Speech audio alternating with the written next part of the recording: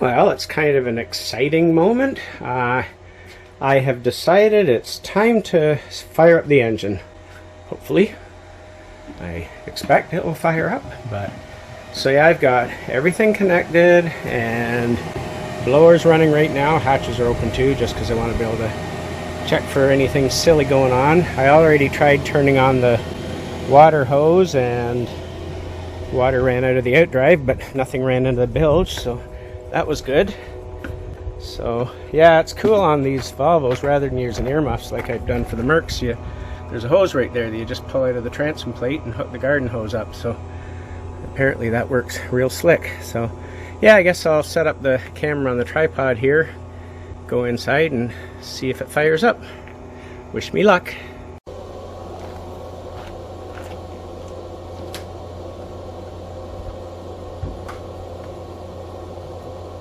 So they tell you in the installation manual it may take a few attempts. It says not to let the starter crank for more than 10 seconds, and it takes a bit for the fuel system to prime, so we'll see what happens here. Key on, activate the control, and give it a turn. Fired right up. Cool. Better go back and take a look, make sure everything looks hunky-dory. Oh, actually I should check the oil pressure gauge. Oh yeah, tons of oil pressure, water, bolts, fuel, everything looks hunky-dory there.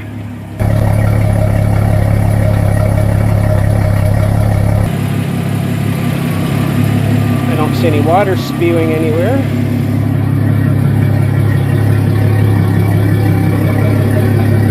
Oh shoot.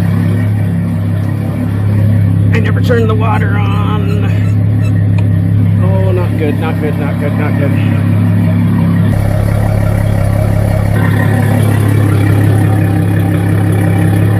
I'm gonna shut it off. Oh, that was bad.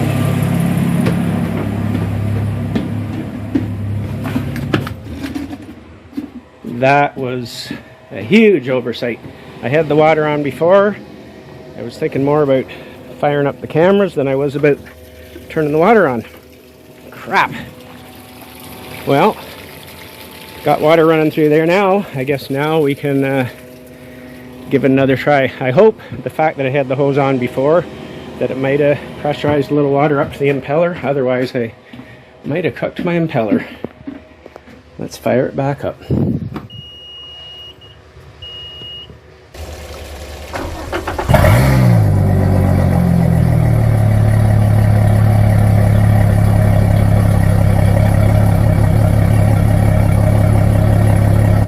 Wasn't long enough to do any damage to the engine without water, but it sure might have been long enough to wreck an impeller, so we will have to see what happens.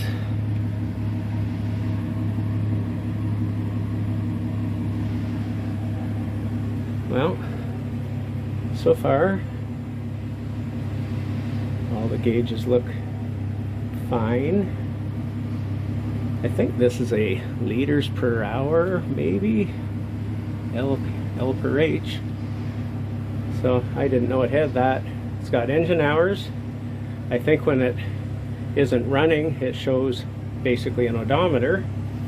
And right now it's flashing between 3.3 and 3.4 liters per hour of fuel consumption. So that's cool. That'll help me figure out gas mileage, you know, best. Oh, and there's a compass heading in here. Geez, I'm learning all kinds of stuff. This is slick. 13.8 volts on this here. It was 13.2 without the engine running.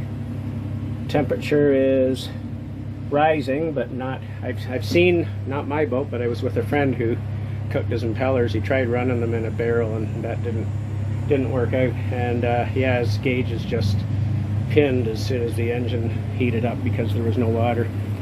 So let's go back here and see if there's water coming out through the propeller.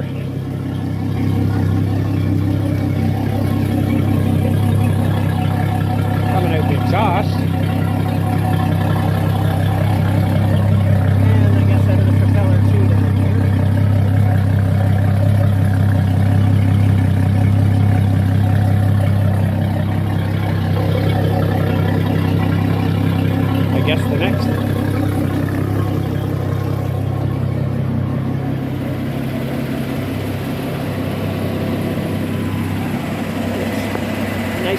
dry down in the bilge.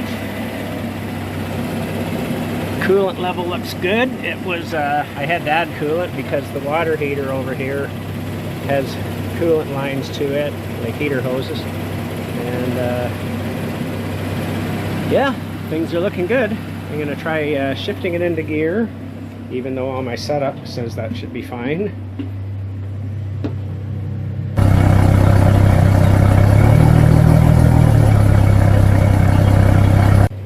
So if I go back here, I'm confident the propeller is spinning.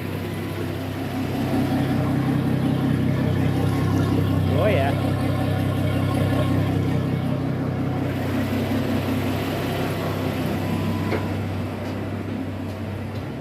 How's the water temperature looking?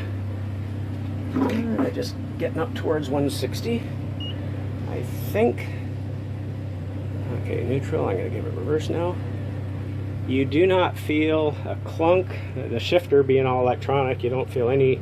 Just there's a a resistance notch, so you know where you are, but you don't feel a clunk in the boat. I can feel some vibration in my feet with the propeller spinning, and the engine running, but you don't feel or hear a clunk. They call it silent shift, and as far as up at the helm goes, it's silent.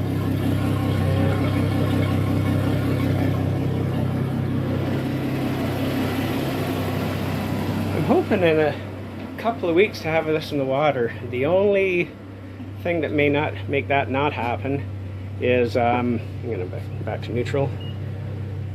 The only reason it may not end up in the water is because we're going camping for a few days, and I was telling Lisa I'm not really excited about the idea of sticking it in the lake and then maybe 2 days later leaving for 3 days. I'd really like to be around, not that I expect any issues, but I'd like to be around if there are. So it might be a case of we're ready to launch, but we're leaving in a couple days, so let's just leave it on dry land till we get home. Then we're home for a few weeks and we can be around to really keep an eye on things if there's any growing pains in the first days. But yeah, the temperature seems to have parked itself around 160. Oil pressure's coming off a little bit as the oil warms up, but it's and now the engine's warmed up a bit, it's using more like 2.789 in that range of fuel consumption. Yeah, I was thinking this is compass heading, but 375 degrees, there's only 360 in a compass, so I don't quite understand that. But we'll learn. Well, yeah, it's getting a little warmer still. They tell you the normal operating temperature is between 160 and 180 on this engine, so yeah, I said I could feel some vibration in my feet with the propeller spinning. It's in neutral now and the vibration is the same. That's just with the engine running. You'd like to think you wouldn't feel vibration from the propeller. That would be a bad sign.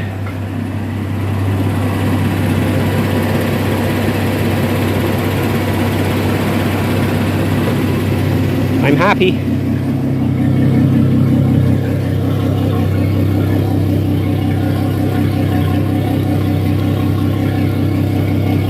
Gonna let it run a little longer.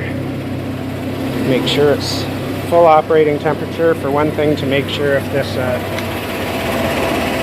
coolant tank changes level once maybe it thermostat opens and it starts circulating, if assuming it isn't already.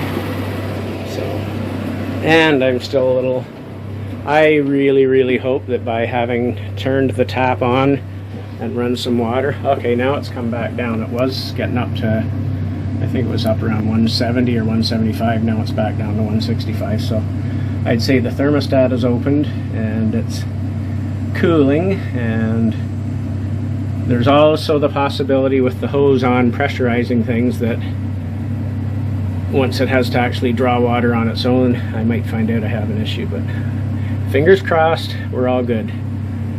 I think it's time to at least stop videoing. We'll see about shutting the engine off soon. Sometimes you have to know when to call it a day. And it's 4 o'clock, but It was a cool, cloudy, drizzly morning, and this afternoon it's another scorcher. It's hot, sunny. I've been working under the front deck in the heat. I'm dripping wet. So yeah, I started the motor for the first time, forgot to turn the water on. Just, I can't believe I did that. I've started motors on earmuffs for the last 30 years or more, and I've never done that before. I just blamed it on more thinking about taking videos than doing what I need to do and turn the water on. So yeah, then I put all the hose away and I hooked up the navigation lights, and then I thought, oh, I also meant to, I've got two helms, lower and flybridge, and I've wired it up. So I have a switch down here that totally disables the upper helm, or enables it, puts power up there. And I thought, oh, I should start it from the upper helm, see that all the gauges are working, see if it starts, you know, just make sure everything's working the way it's supposed to. I wired this all, well, pretty close to a year ago.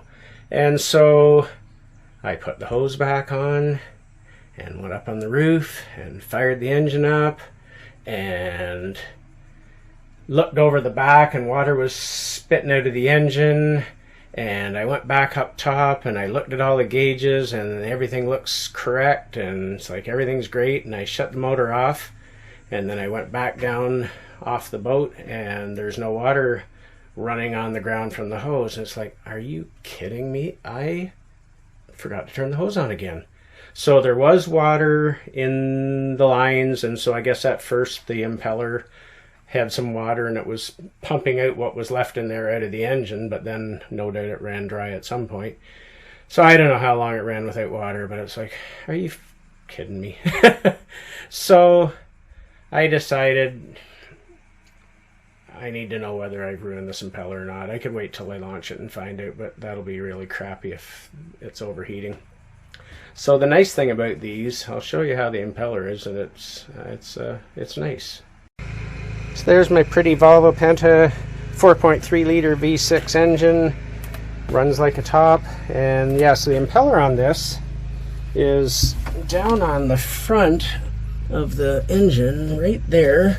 So these 4 bolts, 5/16 socket, wind them out, and I took a picture with the flash shining right down in so I could see the whole length of the impeller, and it looks perfect. All the ends have the nice round end on them, and it looks perfect. One thing that might have saved me is I expect from the factory they probably put lube on it to get it in there, and I don't know how long that lube takes to be gone, but it kind of looks greasy in there. It doesn't just look wet, it looks like slick. So I'm wondering if that saved me. I don't know. Either way, I'm happy that it's as accessible as it is. I've got over a foot in front of the engine, so I have no trouble getting down in here and buzzing those. And yeah, it's got the up here is this drain thingy, so you pull out a pin, push the plunger down, and the whole engine drains. So when I took the impeller cover off, I didn't even have water pour out on me or anything. And yeah, it's slick. It's a nice setup, and it appears I got lucky today and I didn't fry an impeller, and that's all good, and I will try not to do that anymore.